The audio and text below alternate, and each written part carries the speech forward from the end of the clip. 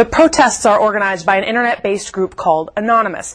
Scientology leaders call them cyber terrorists, a hate group, and pathetic computer geeks after hackers crashed the church's website for days. But now Anonymous is taking its battle cry to the streets. Last month, about 7,000 people protested in cities across the globe. That's all we are. We're people who've seen this, said this isn't right, and decided to take a stand. A Church of Scientology promotional video starring Tom Cruise is what started it all. When you drive past an accident, it's not like anyone else. As you drive past, you know you have to do something about it because you know you're the only one that can really help. The leaked video spread like wildfire on the internet, but sites pulled it after the church threatened lawsuits. Anonymous called it censorship. But what started as a battle over internet freedom has evolved. We are Anonymous. We are Legion. We do not forgive. We do not forget. Anonymous videos accuse Scientology of forced labor, breaking families apart, even death.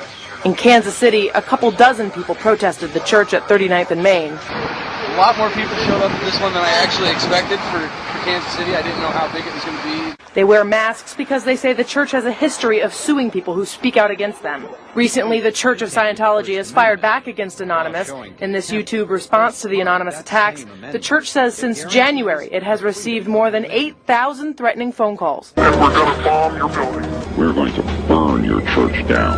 I'm going to burn you. Plus 3.6 million emails threatening violence, 10 acts of vandalism, 8 threats to kill church members, and 22 bomb threats. The Church of Scientology spokesperson calls these hate crimes. She says the church believes in freedom of speech, but the protesters are out of line when they threaten people. Anonymous says these are peaceful protests. They argue the church should not have tax-exempt status because it charges money for church doctrine and services, making it more like a business. We're not against the religion.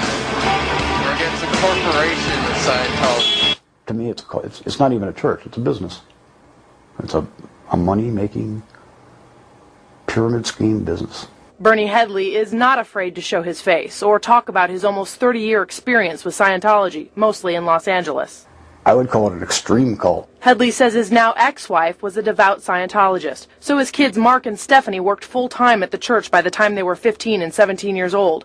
They worked up to 90 hours a week for almost $45 a week and little contact with the outside world.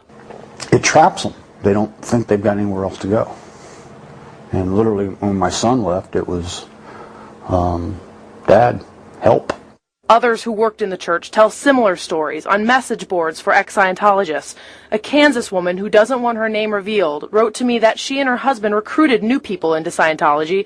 She says it costs up to $400,000 to reach advanced levels in the church, but church staff don't have to pay. So people join staff, only to find themselves working almost 80 hours a week, making $70 a week. If they didn't get enough new recruits, they'd be reprimanded, humiliated, and denied food. She and her husband were too afraid to leave. Quote, "You are told when you leave or even just think of leaving that you will most certainly die either of illness or accident or both." They escaped in the middle of the night and came home to family in Kansas. But if you leave, you have to pay it back. And they slap you with what they call a freeloader debt, which is thousands and thousands and thousands of dollars. Headley's son is now an outspoken critic of Scientology. Since leaving the church, Mark and his wife now have 2 children. Headley is a proud grandfather, but his daughter Stephanie has never met her nephews. She hasn't talked to her father in 3 years. He doesn't even know what city she is in.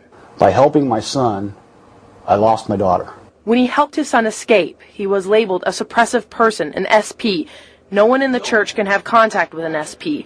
Headley spends a lot of free time at his computer searching for his daughter. He says he's not speaking out against religion. He's speaking out against the policies that ripped his family apart. If people want to believe that, fine. But they shouldn't be forced to, and they shouldn't have to pay to do it.